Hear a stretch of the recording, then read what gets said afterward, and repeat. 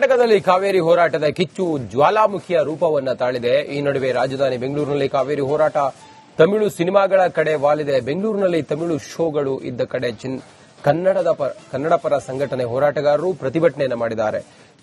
ಸಿನಿಮಾಗಳನ್ನ ನಿಲ್ಲಿಸೋದ್ರ ಜೊತೆಗೆ ಆಕ್ರೋಶವನ್ನು ಹೊರಹಾಕಿದ್ದಾರೆ.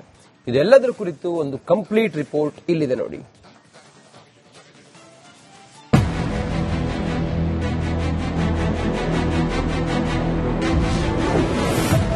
ತಮಿಳು ಚಿತ್ರಗಳಿಗೆ ತಟ್ಟಿದ ಪ್ರತಿಭಟನೆಯ ಬಿಸಿ. ಕರ್ನಾಟಕ ಬಂದ್ಗೆ ಬೆಂಬಲ ನೀಡುತ್ತಾ ಚಿತ್ರರಂಗ. ಇಂದು ಚಲನಚಿತ್ರ ವಾಣಿಜ್ಯ ಮಂಡಳಿಯಿಂದ ಮಹತ್ವದ ಸಭೆ. ಮಳೆಯಿಲ್ಲದೆ ಕರ್ನಾಟಕದಲ್ಲಿ ಬರ ಆವರಿಸಿದೆ. ಕುಡಿಯೋ ನೀರಿಗೆ ಸಮಸ್ಯೆಯಾಗದಿದ್ರೆ ಸಾಕಪ್ಪ ಅನ್ನೋ ಪರಿಸ್ಥಿತಿಯಲ್ಲಿ ತಮಿಳುನಾಡಿಗೆ ನೀರು ಹರಿಸಬೇಕು ಅಂತ ಆದೇಶ ಕೊಟ್ಟಿದೆ. ಈ ಆದೇಶಕ್ಕೆ ಕರುನಾಡೆ ಕೆಂಡದಂತಾಗಿದೆ. ಜೊತೆಗೆ ಆಗಸ್ಟ್ 13ಕ್ಕೆ ಕರ್ನಾಟಕ ಬಂದ್ಗೆ ಕರೆ ಕೊಟ್ಟಿದ್ದಾರೆ. ಆದರೆ ಇದೀಗ ಕರುನಾಡ ಬಂದ್ ಬೆಂಬಲ ಬಗ್ಗೆ ಇಂದು ನಿರ್ಧರಿಸಲಿದೆ.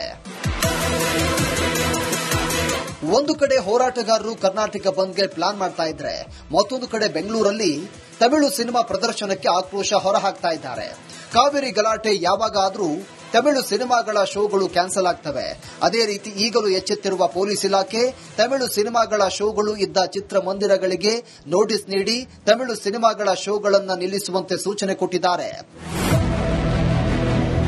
ಈ ಸೂಚನೆ ಮೇರೆಗೆ ಜೆಸಿ ರಸ್ತೆಯ ಊರ್ವಶಿ ಚಿತ್ರಮಂದಿರದಲ್ಲಿ ತಮಿಳುನಾಡಿನ ಸಿಎಂ ವಿಜಯ್ ಅಭಿನಯದ ಜನನಾಯಕನ್ ಚಿತ್ರಕ್ಕೆ ಗೇಟ್ ಪಾಸ್ ಕೊಟ್ಟು ಥಿಯೇಟರ್ ಬಳಿ ಇದ್ದ ಜನನಾಯಕನ್ ಚಿತ್ರದ ಪೋಸ್ಟರ್ ಕಟೌಟ್ಗಳ ತೆರವು ಮಾಡಿ ಕನ್ನಡ ಸಿನಿಮಾವನ್ನು ಹಾಕಿದ್ರು.